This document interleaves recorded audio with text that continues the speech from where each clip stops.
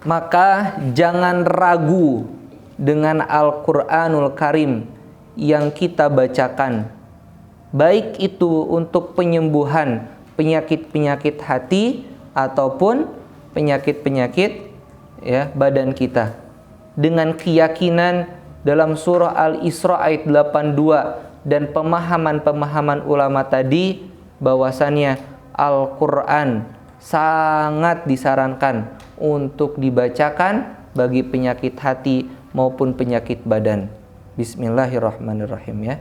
Kita amalkan. Selanjutnya tentang bolehkah membaca ayat ruqyah pada air. Ya. Ini langsung selain tajribah, ternyata bukan hanya tajribah, tapi real ya. Real ini adalah suatu contoh dari Rasulullah SAW dan hadisnya pun berada dalam kitab Bukhari Muslim. Membaca ayat ruqyah pada air atau garam sangat dibolehkan dan pernah dicontohkan oleh Nabi Muhammad SAW. Dari Ali, dia bercerita, tatkala Rasulullah SAW pada suatu malam melakukan sholat lalu meletakkan tangan beliau ke tanah, tiba-tiba seekor kalajengking menyengat beliau, maka beliau meraihnya dengan sandal. Beliau lalu membunuhnya. Tatkala telah selesai beliau berkata, semoga Allah melaknat kalajengking. Dia tidak peduli orang yang sholat atau tidak dan nabi atau bukan.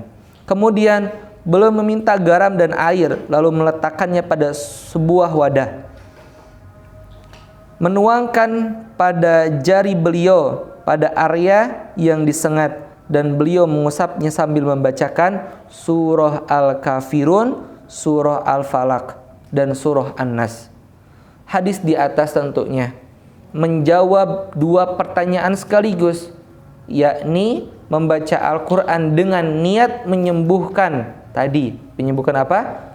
Sakit dari kalajengking atau sengatan kalajengking, dan membaca Al-Quran pada air atau garam adalah dibolehkan, bahkan termasuk amalan yang disunnahkan oleh Nabi Muhammad SAW. Wallahu a'lam bishawab. Tapi ini pengalaman ketika saya membacakan ayat Al-Quran ya, untuk orang-orang yang terkena gangguan jin, khususnya orang-orang yang kesurupan. Waktu itu yang saya masih ingat ada dua kejadian, yaitu di satu mall besar di Bogor, ternyata ada orang yang kesurupan. Pada waktu itu saya kasih dengan minum, tidak mau ya. Dia minta kopi, saya udah bilang nggak boleh, malah datengin kopi. Ya udah, sini kopinya, saya bacain Al-Fatihah dengan keyakinan sama Allah. Setelah itu apa yang dirasakan? Ya kan? Ternyata ndak mau tuh minum kopi. Udah tahu dia, dicium dulu. Wah. Gak mau dia. Ya. Terus juga ketika di suatu tempat di perumahan kalau salah ya. Perumahan sama.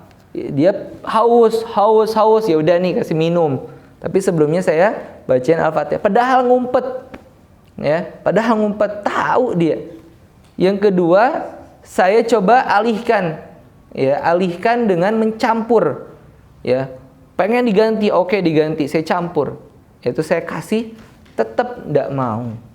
Dia tahu mana yang dibacakan Al-Quran dan tidak. Itulah salah satu dari kebermanfaatan, bahwasannya orang-orang yang zolim tadi, makhluk-makhluk yang zolim itu akan merasakan keraguan, merasakan kerugian ketika dibacakan Al-Quranul Karim.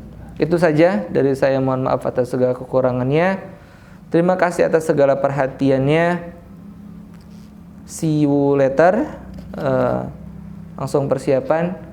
Subhanakallahumma bihamdika asyhadu an la ilaha illa anta astaghfiruka wa atubu ilaik. Assalamualaikum warahmatullahi wabarakatuh.